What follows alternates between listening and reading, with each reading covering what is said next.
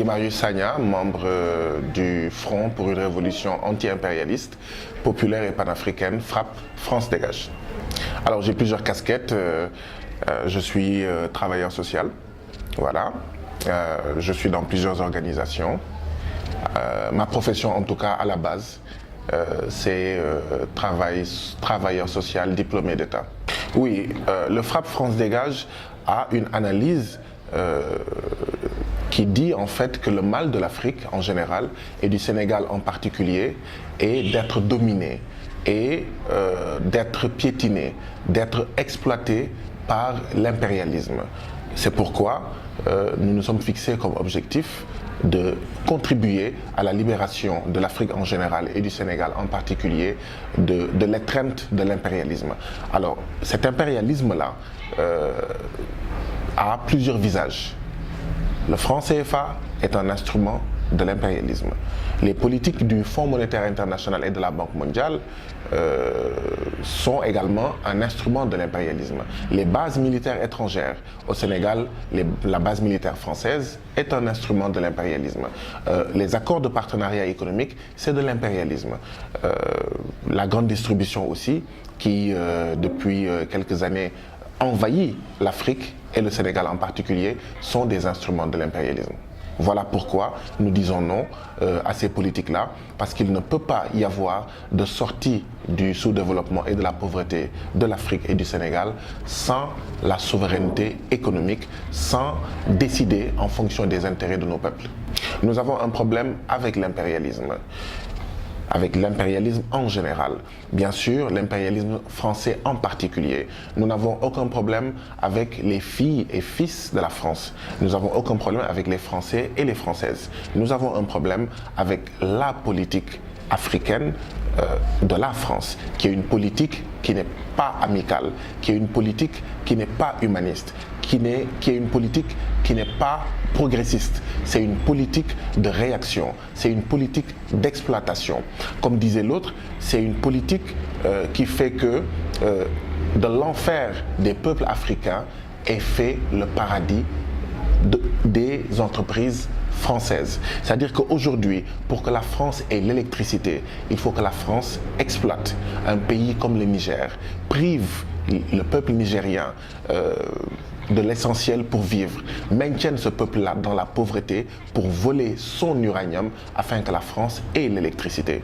Pour que la France ait un certain niveau de vie, pour que les capitalistes français aient un certain niveau de profit, il faut, comme le dit la sagesse populaire Wolof, que rongañu baadoolo di siim cere buur, c'est-à-dire que, je l'ai dit tout à l'heure, que c'est de notre enfer à nous, de l'enfer de nos paysans, de l'enfer de nos éleveurs, de l'enfer de nos élèves, de nos femmes, c'est ce qui fait le paradis des multinationales françaises. Nous avons un problème avec cette politique-là, nous avons un problème avec la domination, nous avons un problème avec l'exploitation. Nous ne pouvons pas accepter, de la même manière que nos pères, nos dignes devanciers, nos dignes devancières ont lutté contre l'oppression, nous ne pouvons pas accepter que l'Afrique, que le Sénégal soit le marchepied du monde. Nous ne pouvons pas accepter que pour que la France soit la 4e ou la 6e puissance du monde, que le Sénégal et d'autres pays fassent partie des 25, des 30, des 50 pays les plus pauvres du monde.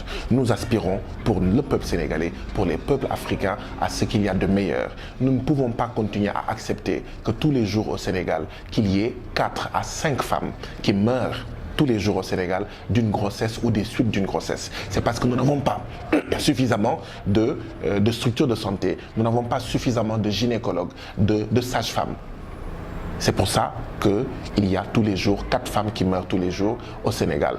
Mais c'est parce que nous avons accepté que la France, comme d'autres pays, vole nos ressources, nous prive de nos ressources qui auraient pu servir à empêcher les 4 femmes qui meurent tous les jours au Sénégal d'une grossesse ou des suites d'une grossesse. Aujourd'hui, au Sénégal, ces 3 dernières années, sur 100 candidats au baccalauréat, il y a eu 65 qui ont échoué. Mais vous ne pouvez pas comprendre cela sans intégrer le fait qu'à Kédougou, le Sénégal a de l'or. Et 95 à 97% de cet or sort de ce pays. Il n'y a que 3 à 5% de l'or du Sénégal qui est à Kédougou, qui reste dans ce pays. Comment voulez-vous avoir suffisamment d'enseignants quand vous laissez plus de 90% de votre or sortir, quand vous laissez dans des proportions pareilles vos ressources halieutiques sortir de votre pays, quand vous laissez dans des proportions pareilles votre zircon, vos autres ressources sortir de ce pays? Voilà pourquoi nous avons un problème avec l'impérialisme. Et l'impérialisme le plus féroce avec le peuple sénégalais, c'est l'impérialisme français. Nous sommes pour la collaboration avec tous les peuples. Nous sommes pour la collaboration avec tous les pays, mais une collaboration faite dans l'amitié, une collaboration mutuellement avantageuse, une collaboration qui ne soit pas une relation entre le chevalier et le cheval.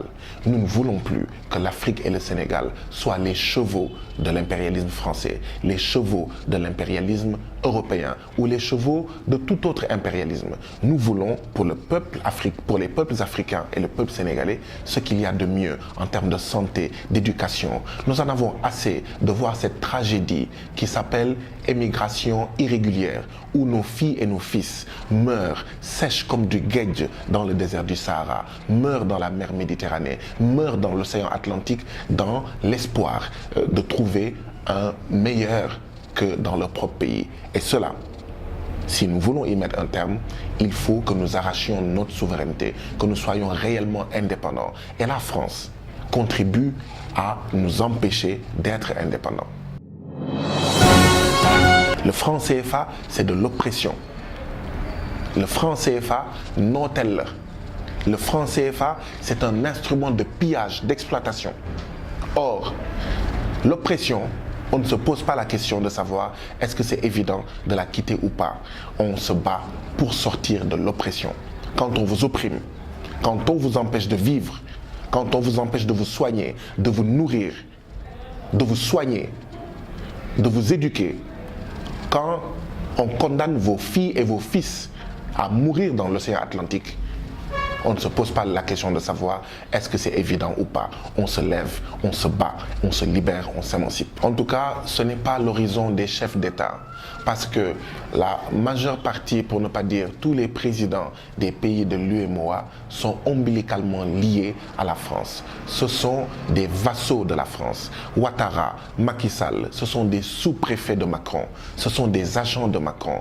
Ils n'auront jamais la volonté politique ou le courage politique de dire à la France dégage du franc CFA, de dire à la France dégage des conseils d'administration de la BCEAO. Or, tant que la France continuera à siéger dans notre banque centrale des États de l'Afrique de l'Ouest, tant que la France continuera à avoir le droit de vote, tant que la France continuera à garder nos réserves de change dans le trésor français, la France continuera à nous imposer des politiques qui soient en adéquation avec ses intérêts. Je vous rappelle, Aïda, que le franc CFA favorise les importations. Quand vous favorisez les importations, vous menacez votre production locale. Le franc CFA rend difficile de vendre vos marchandises à l'extérieur. Et quand vous avez des difficultés pour vendre dans votre propre pays, vous avez en plus la difficulté pour vendre à l'extérieur de votre pays, ne vous étonnez pas que 65% de vos petites et moyennes entreprises meurent avant 3 ans. Ne vous étonnez pas que sur 300 000 nouveaux demandeurs d'emploi chaque année, que vous n'ayez que 30 000 emplois à leur proposer. Je n'attends absolument rien du président Macky Sall. Macky Sall est à la solde de l'impérialisme en général et de l'impérialisme français en particulier. Le président Macky Sall ne fera absolument rien d'autre que ce qu'il a appliqué depuis 7 ans. Nous attendons par contre des choses du peuple sénégalais. C'est au peuple sénégalais de dire à ses dirigeants que nous n'accepterons plus, nous n'acceptons pas d'être dirigés comme ça. C'est au peuple sénégalais de montrer qu'il a de la personnalité, qu'il a de la dignité et que un président, un député, un ministre, un directeur de société, ce n'est qu'un serviteur. Ils sont au service du peuple et pas l'inverse. Nous attendons que ce peuple-là soit mobilisé, soit debout pour arracher, pour conquérir sa souveraineté démocratique, sa souveraineté populaire. 2 choses. La première, c'est que si jamais il prend l'envie au président Macky Sall de briguer un 3e mandat, il ne trouvera en face de lui. Nous n'accepterons pas pour le président Macky Sall ce que nous avons refusé au président Wade. Deuxièmement, nous savons bien sûr que le président Macky Sall qui déroule le tapis rouge aux entreprises françaises est soutenu par les plus hautes autorités françaises, à commencer par Macron. Nous savons que des policiers, des renseignements généraux français pullulent au Sénégal depuis bien avant les élections et que la France va tout faire pour protéger son poulain Macky Sall comme il fait pour Ouattara, comme il fait pour tous ses autres serviteurs à travers le monde. Mais nous pensons que c'est au peuple sénégalais de dire clairement que ce n'est pas à la France de décider, ce n'est pas à Macky Sall de décider, c'est au peuple sénégalais de décider.